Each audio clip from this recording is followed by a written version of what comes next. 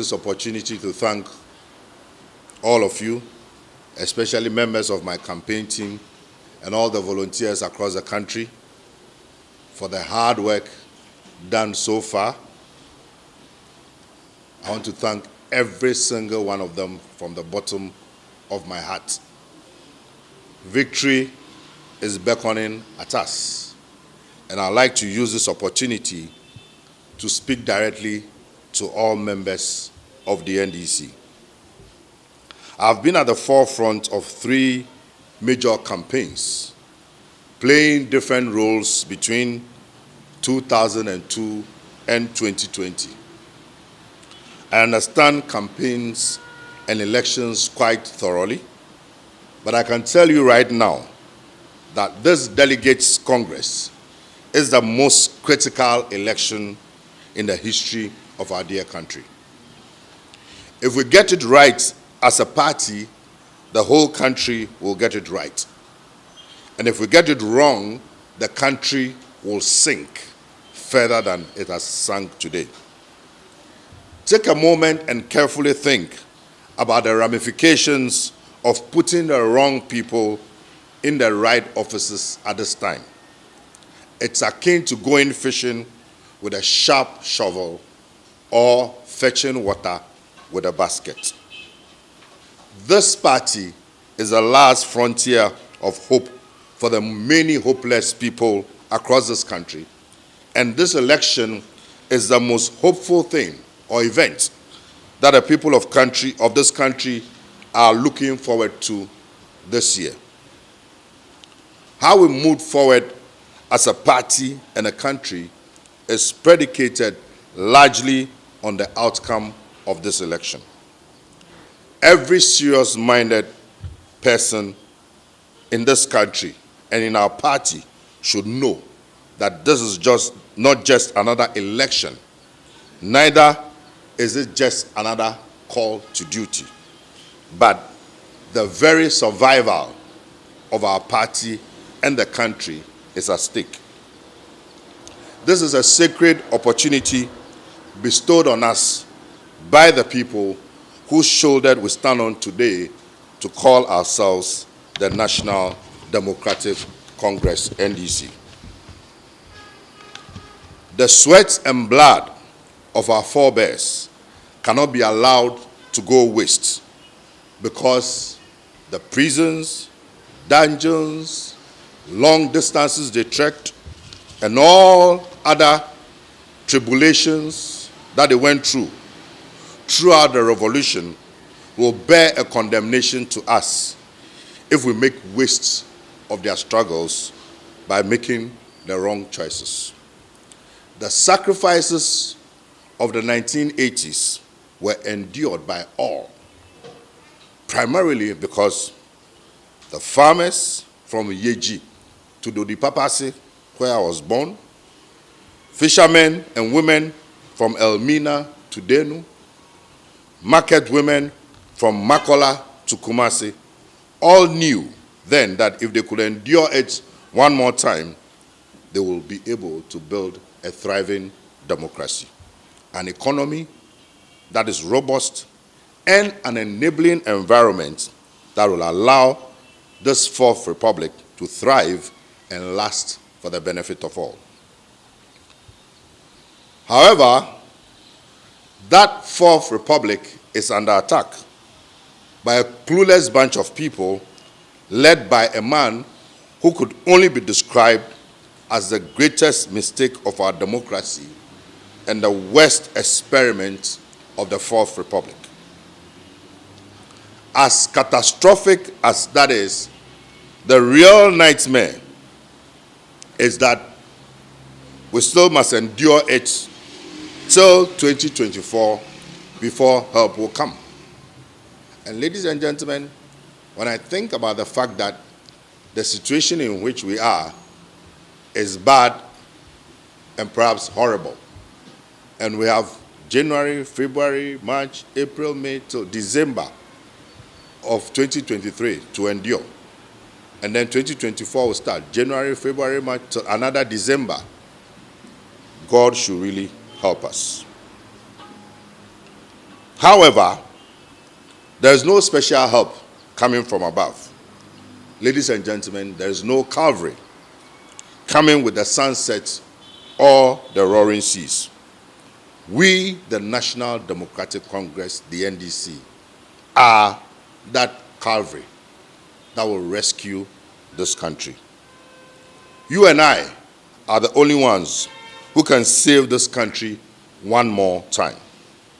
And you, the delegates, are the ones upon whose shoulders rests the sole responsibility to rescue or to restore hope and give Ghanaians the much needed assurance of a better tomorrow.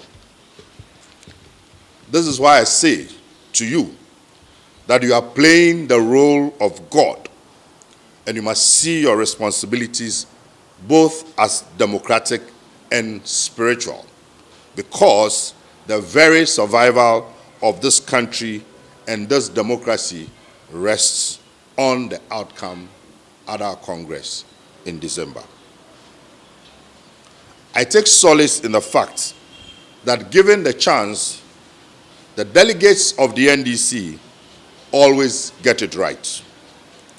After all, it was you, the delegates, who gave us the rare fortune of being led by our founder, His Excellency Jerry John Rawlings, and His Excellency Professor John Evans Atta Mills, both of blessed memory, and His Excellency President John Dramani Mahama, whose track record is a thing of greatness of beauty and beauty of greatness.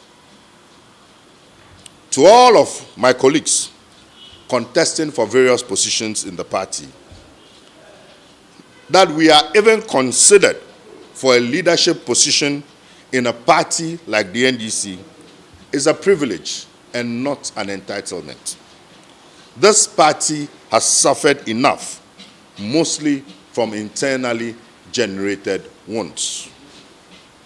That is why from the beginning of this campaign, I instructed my team and made sure I ran a clean, decent, and respectful campaign. I have never, either in public or in private, launched an attack on any of my opponents. Not because they are saints, they are saints, they all have their faults.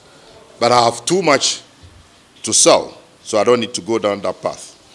No NDC member is my enemy, because when it comes down to it, I prefer the worst form of the NDC than whatever else any party has to offer. So let's recognize our common enemy. Our common enemy is that hardship and suffering the Akufo-Addo and Bawumia-led government has subjected all of us to.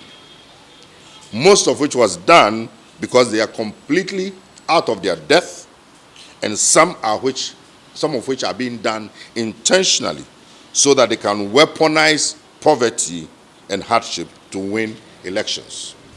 When we say weaponizing poverty, they are creating an environment where people will be so poor and they have looted so much money that come election time, they're going to release that money, and because people are poor, they will go for the money. But I know that the people of Ghana are wiser. In 2020, in the midst of COVID, you heard them, how they shared the COVID money like confetti. The reason why we are in this current state is because in 2020, they opened the vaults of this country and spent the money to buy the election. And they intend to do same and even more in 2024. That is why they're using the poverty as a weapon. That is why if you look at their posturing and their attitude, they don't really care what is going on. So you should understand issues from that perspective. If you are contesting any position in this party, and you cannot contest based on the best qualities you possess, and you cannot sell the best ideas you have to make this party win the 2024 elections, you have no place in this contest. And you are a traitor to the very ideals of this party. No one in the NDC is an enemy of anyone in the NDC. Even if you don't like someone in this party, and you know that person is good to fill a particular role for the party, for the sake of the love of the party and the country, you must encourage them to succeed. Those people who are contesting, even though they know they cannot do the job for which they are contesting, should know that they are better off joining the MPP, because their victory will be a victory for the MPP. Because my victory will not be a personal victory. My victory will be a victory for the entire NDC. I love this party, and I know you all do. If I ever thought for a split second that what I'm doing will be tantamount to endangering this party, I'll gladly excuse myself. However, I know, and you know, and the delegates know, that for this election of 2024, I am the best person for the job. And that is based on my track record.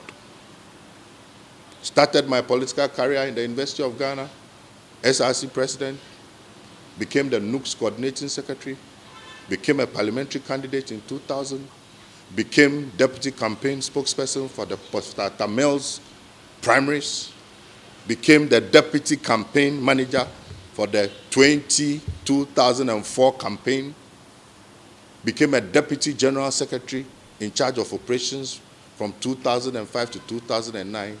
I was front and center of our victory in 2008. Anybody who has been old enough in this party knows the critical roles I played, both above the line, below the line, in the center. I've been there. I became Deputy Minister for Local Government. My office on Fridays was called the clinic because of my open door policy, where I dedicated Fridays to spend time with party people, because out of the party comes government. And therefore, if you're in government, you cannot neglect party people. I helped as many as I could. It was that passion and compassion that led us to establish LESDEP, that created job opportunities for literally thousands of people, including many key party people, supported many people in diverse ways. And so the track record is there. And so I have the conviction.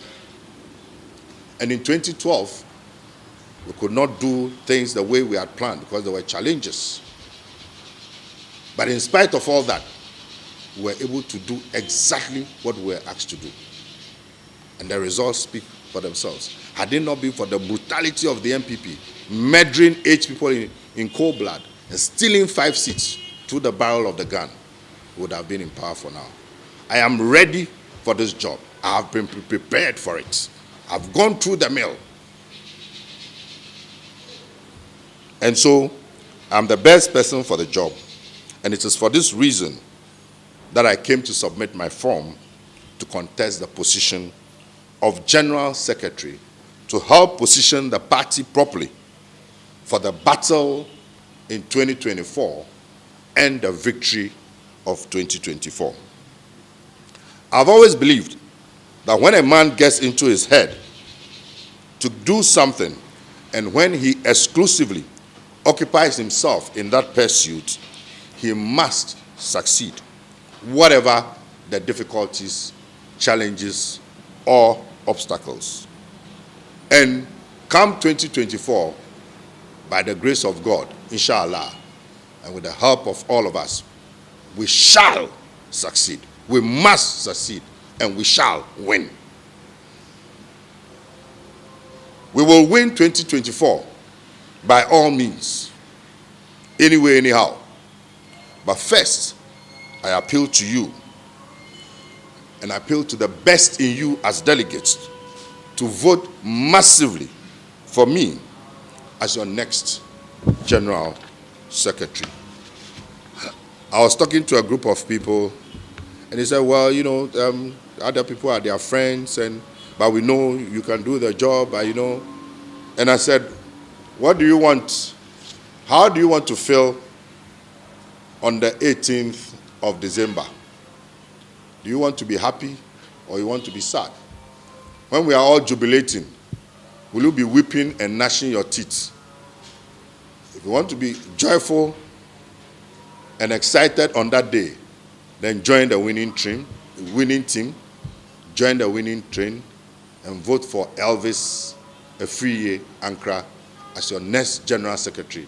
And by the grace of God, victory shall smile on us. Thank you all very much.